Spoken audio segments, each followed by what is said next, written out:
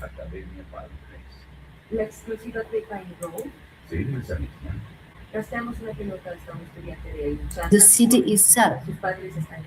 And the third asks, how do we ensure digital tools for participatory democracy do not create new exclusion gaps? They are not abstract questions, they are moral questions, political questions, human questions. And the future leaders must be brave enough to face them. And I would like to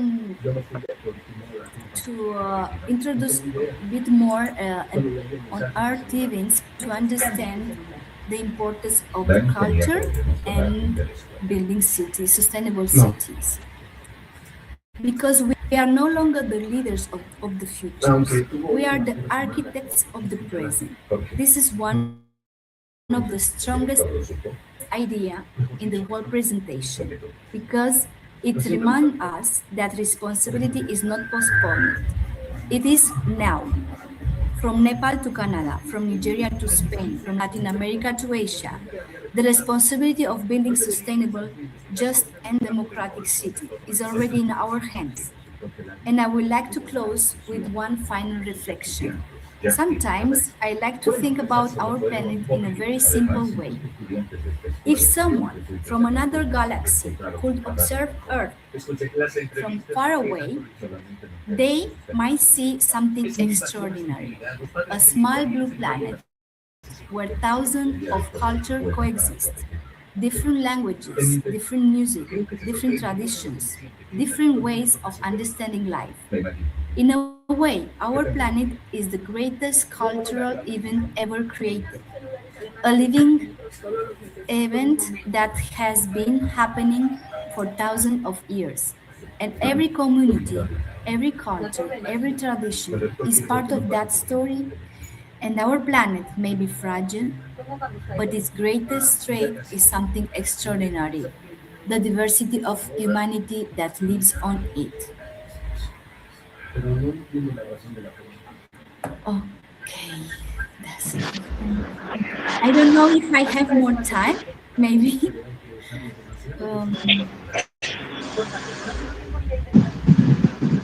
And close with something diversity. Okay, diversity of humanity. Okay. The future of our city will not only be defined by technology or economics. It will be defined by the values we choose to protect. If we protect dignity, culture, participation, and our cities will not only become smarter, they will become truly fit.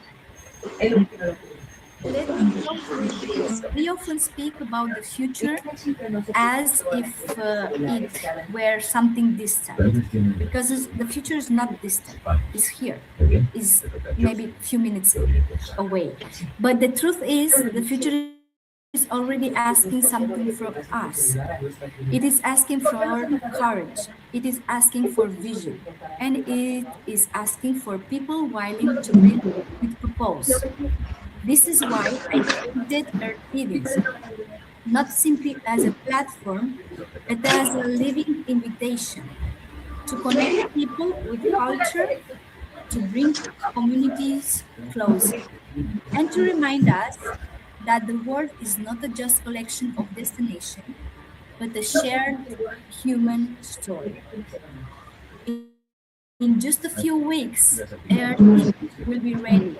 And today, standing here, I would like to make an open invitation to all of you. If you believe in culture, in community, in meaningful innovation, and in building something with soul from the beginning, then I invite you to be part of Earth Livings as collaborators, as ambassadors, as people who want to help shape something meaningful from the start. You will find the contact information, the website, and the email address in the final slide of the presentation. If this vision resonates with you, I will be very happy to hear from you because admiration is beautiful, participation is transformative, and I believe some of the people in this room are not here just to listen. They are here to begin and be a part of this beautiful journey and a lot of cultures. Thank you very much.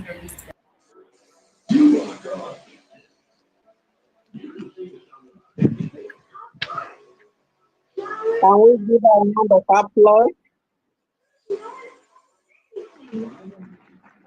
A round of applause. Thank you. Thank you, Elena. You are so wonderful. Thank you Thank so you much. so much. Thank you so much. You I can love great. you. You love you too. You can see there's opportunity to connect. There's opportunity to learn, connect, and improve your work. Thank you very much. It is amazing. Thank you so much. He's beautiful. Thank you. You are a wonderful person. Thank you.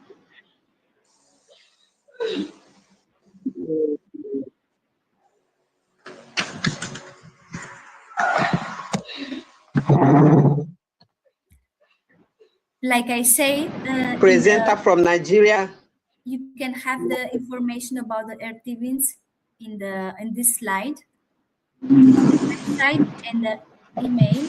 If somebody want to participate, like collaborators or ambassadors. In few weeks, we are prepared to be out, and then all of you are invited to be the first collaborators, ambassador with RTVs, and create something greater together. All right. I think you dropped it from the slide. You still drop it with us so that we can share. Thank you very much.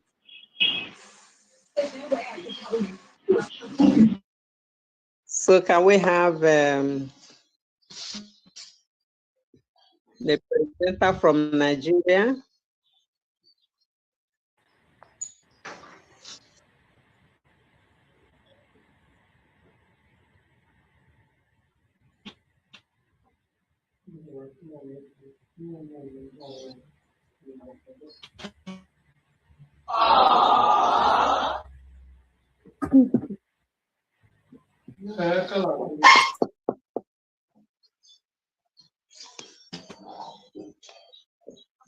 Sorry, can everybody hear me?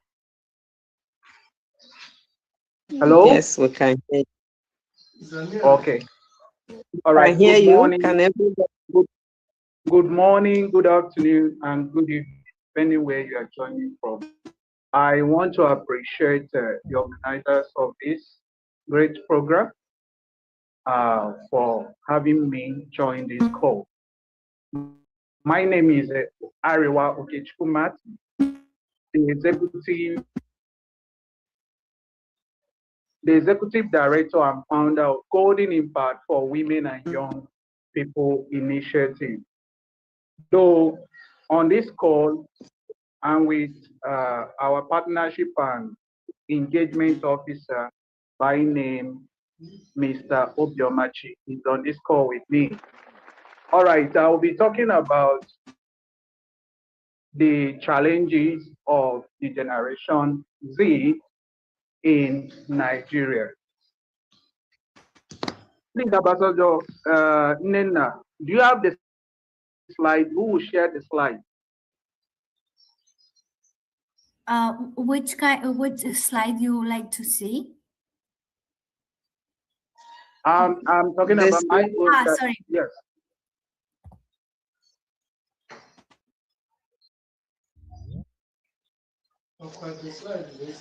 Are you sharing I it? think Elena will look at it. I sent it to Elena. Do I continue? Can Elena share it? Elena will share the slide. Elena, am I right? Yes, which slide? Sorry, because I don't know. Possible? Which one? Okay. I sent the slide is sent to the director, Dr. Hernandez. I don't know the slide of what he wants to talk about.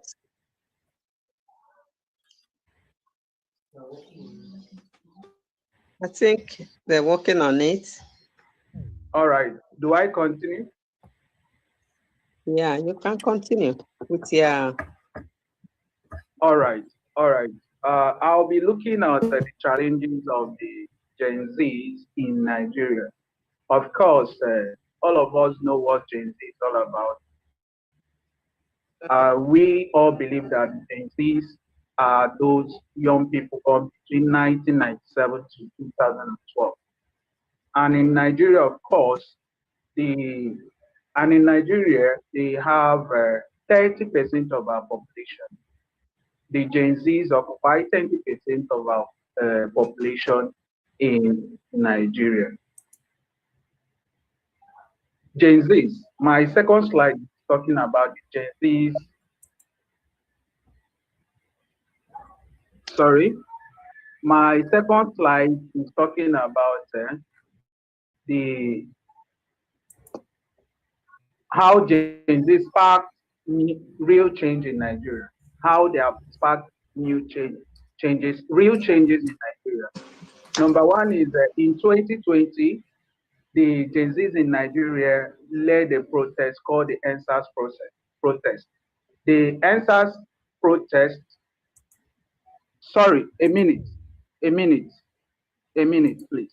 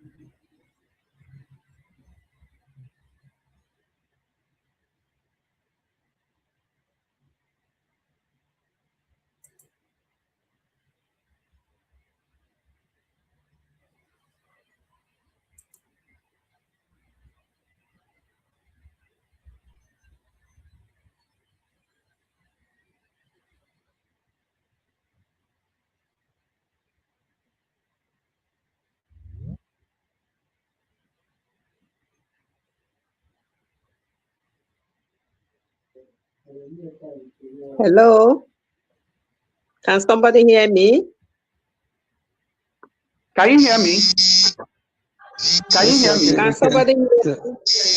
Yes, I can hear you. Oh, okay. I said, can you hear me now?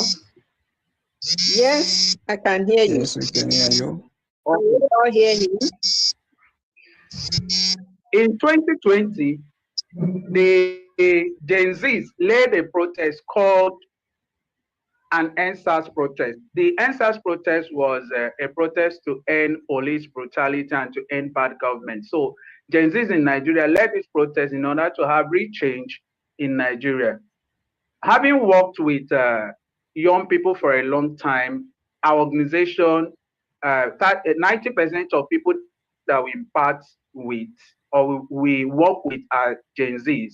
So we have seen real change whereby these Gen Zs also involve themselves in climate activism, planting of trees and environmental campaign. They are also making moves and also impacting lives in this area. And thirdly, this time around, Nigeria as a government is about to have a new government, which will take place, election will take place next year.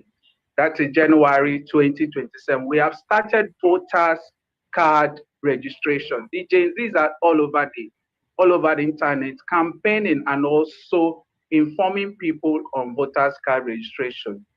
Also digital advocacy. Our Gen Zs in Nigeria are also into digital advocacy, using all the media platforms to also make sure that young people are being carried out in in in activism, in climate activism, planting of trees, and also voters card registration, education, as Nigeria is about to have a new government.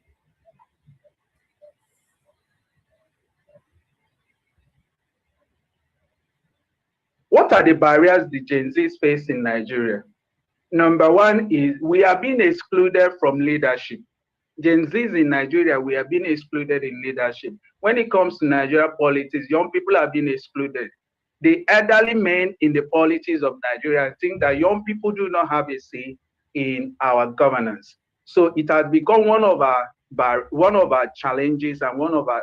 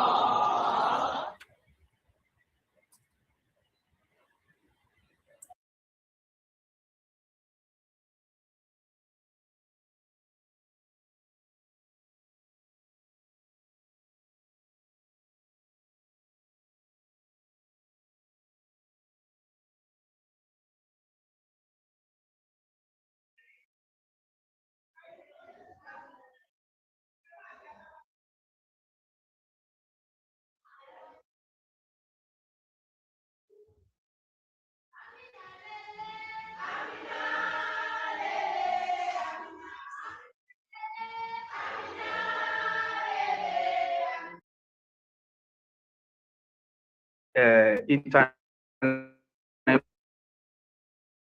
platform. So it's a major problem to us in Nigeria. Number four is stigma. A lot of young Gen Zs are being stigmatized. They are being called lazy people. And of course, the one-time president called the Gen Zs lazy youths. Lazy youths. He called us lazy youths. So we are being stigmatized, and this has been a challenge to us. Another thing is lack of funding and training. A lot of Gen Zs do not have training, and because of limited trainings and fundings, we do not train them to also be like those in the developing countries. And of course, Trump shutdown has limited a lot of funding in Africa. And part of the things Trump cut off was trainings for these young people, and we are being limited to fundings and training. What is a democratic and sustainable city? We are talking about a city that is fair. A city that is fair is being protected. A city that is fair in making sure that the Gen Z's rights are being protected and their rights are not being marginalized. We are also talking about a city that ensures we have clean air, safe water, and proper disposal. In fact, these are some of the things the Gen Zs in Nigeria are advocating for. But unfortunately, the Nigerian government are not giving us the space to do that. Inclusiveness. The Gen Zs, we are advocating that there should be inclusiveness of in governance, in everything that has to do with life. That is a truly safe city that everyone, especially women, people in diverse identities, persons with disability. Of course, in our organization, we don't call these people disability persons. We call them people with super abilities. So a city whereby everybody is included in governance and everything that has to do with life. So Nigeria, in Nigeria, we don't have the Gen Zs are all crying and they are saying Nigeria should include everybody, should make the city inclusive for everybody. That actively include young people in decision making. We include everybody in decision making. The Gen Zs have been left out in Nigeria. We are not being included. When you talk, they will look at you as being a small child. So we are being excluded in decision making, especially in politics and in project planning. What are the things, some of the things that we do as young advocates in Nigeria, or youth advocates in Nigeria is, one, we are calling on youth leaders, we are calling on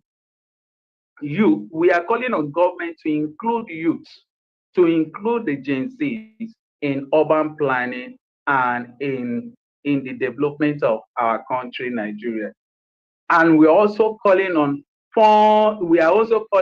youth-led initiative to also help us in training and in making sure that our voices are being heard. The voices of the Gen Zs are being heard. Number three, we are also calling on the government to protect our right, our freedom of right to speak, because in Nigeria, our rights are being trampled upon. We don't have the right to talk. In fact, a lot of young people are in prison because they came out to speak about bad governance, and the government will not throw them in prison. We are also talking about that, we are also saying that the government should include tech education in schools, that they should make sure that tech is compulsory in our high schools and in our colleges of education, polytechnics and universities. And of course, tech is not compulsory. So we are making sure that, and we are advocating that tech and civic leadership should be compulsory in our high schools and universities. We are also advocating for green, safe, and we are also advocating for government to create a green and a safe space for everybody. In fact, when we talk about safe space, the Nigerian country is not even safe for all of us. We are not safe. The Gen Zs are saying they are not safe. They are calling on the government to make sure that they create a green, safe, and to make sure that the city is being protected against every harm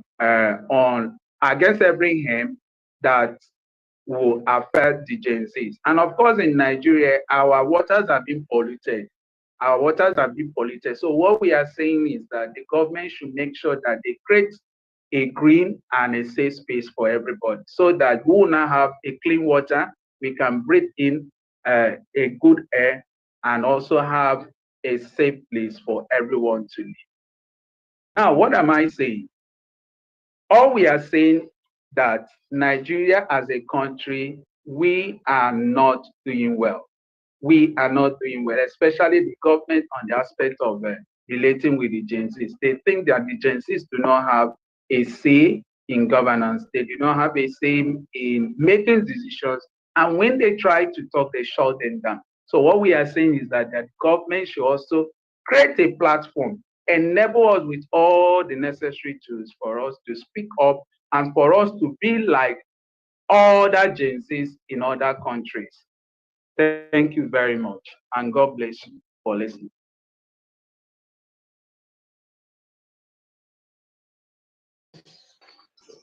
Thank you so much. Can we give a clap of offering hand? That's very lovely.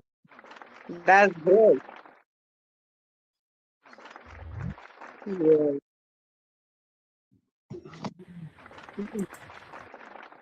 You know what I'm doing. Hello, To hello, send. Ambassador Nenda. Ambassador Nenda. Yes, please. Yes, please. Okay, please. I don't know. Out Okay, of our organization is open for partnership and collaboration. So I don't know how to. Okay, maybe you will reach out with our email address and our website so that everybody can reach out to us for partnership and collaboration. Thank you so much.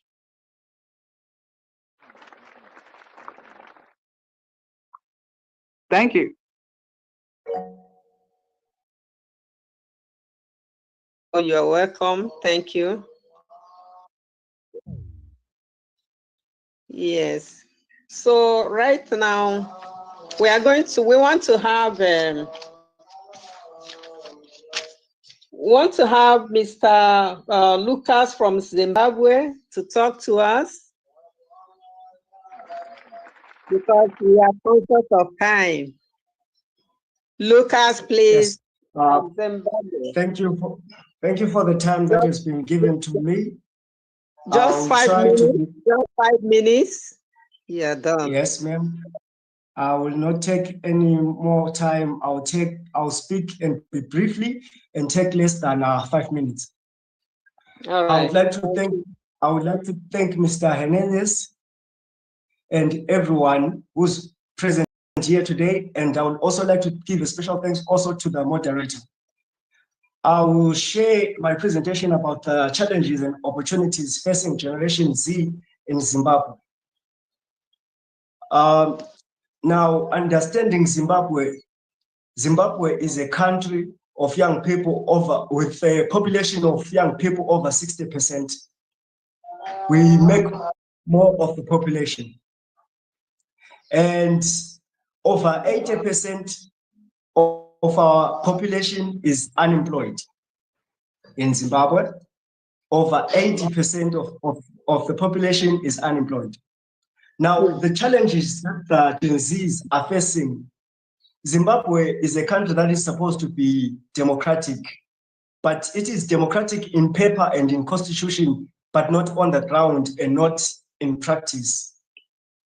Now we are faced with structural, economic, and political barriers as a deep and serious challenge that we're facing.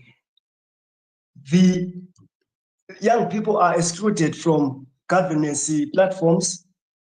Young people are excluded from policy making. Young people are excluded from all the major decisions that are affecting their lives. And this is why the Gen Zs or some of the young people in Zimbabwe are fighting against and what they are advocating for, to have a platform, a certain space given for the youth in every body that makes every decision-making body in Zimbabwe, to have a platform and a space for the youth to be included. In Zimbabwe, we have systematic exclusion and economical disenfranchisement and unemployment. As I have mentioned earlier before, Zimbabwe has got young people that are mostly unemployed, with a statistical rate of 80% of the young people being unemployed. Now, this is a challenge to us, the young people. It's a challenge to Zimbabwe itself. As these 80% of youth that are unemployed, some they tend to drug abuse, some they tend to stealing, some they do many illicit things. And the structural economic and political barriers in Zimbabwe, they have forced a certain voter apathy to the young Zimbabweans, to the youth, to the Generation Z of the Zimbabweans. In Zimbabwe, I would cite our previous elections, that was in 2023. Zimbabwe is a country with 16 million people, and only 4 million people voted in our last elections, and mostly they were the adults, the older generation above 40 and going up. The young people did not vote. So young people have disconnected from social topics, from the things that are to do with governance and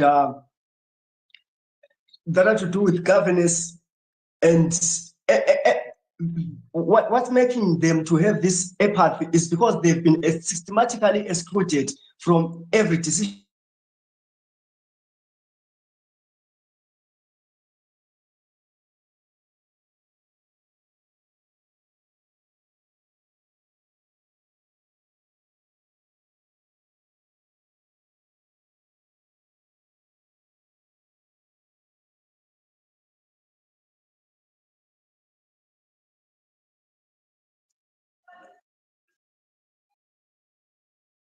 Lucas, you are not audible. You have gone.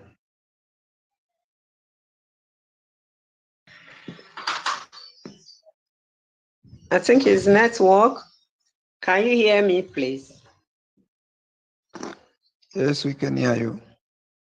Okay, go on. Just 1 minute to round up. You're wonderful.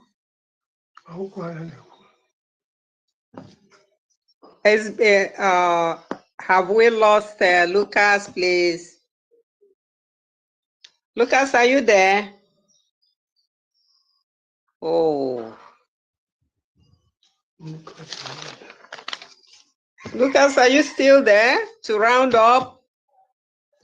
Ah, see, okay, so.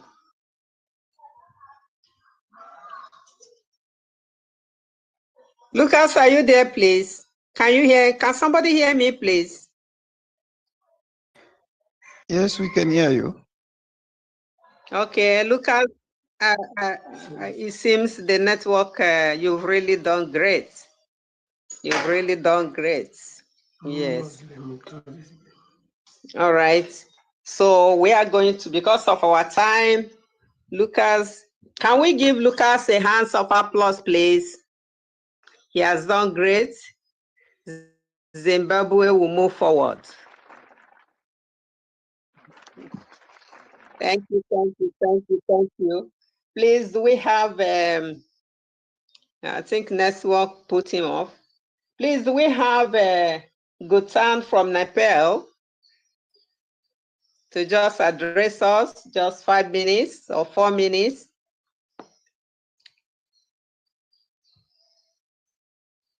Is Gutan from Nepal in the house?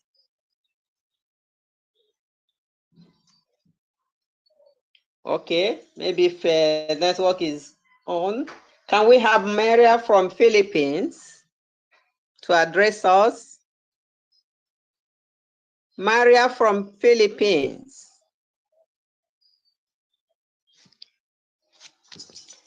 Is somebody hearing me at all?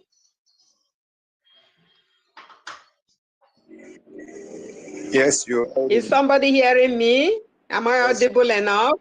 Yes, we can hear you. Okay. So do I take it we don't have Gutan from Nepal in the room? Just a short, and we don't have. What about maybe network or whatever? I can say. Is Maria from Philippines there, please?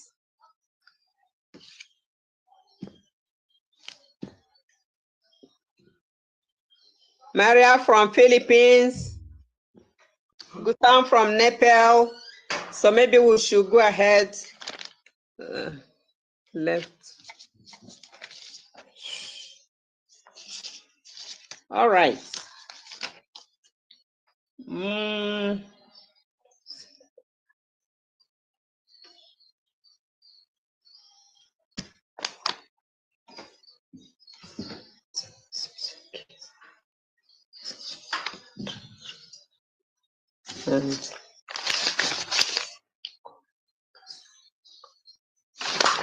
Hello, can we go? That means we need to move forward. the 3 guests we have in the house from Philippines, from Nepal, Zimbabwe. Thank you, Lucas, for what you have said, for what you have done. I've said it already, that Zimbabwe, all the African countries and non-African countries will keep moving forward. So that's it. So,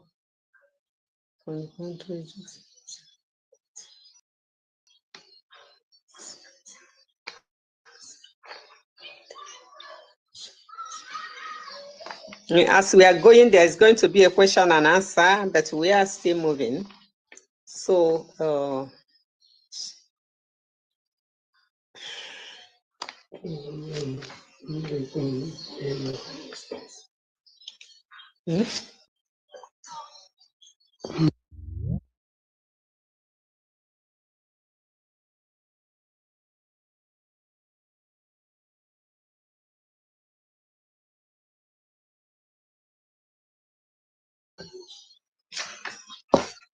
hello.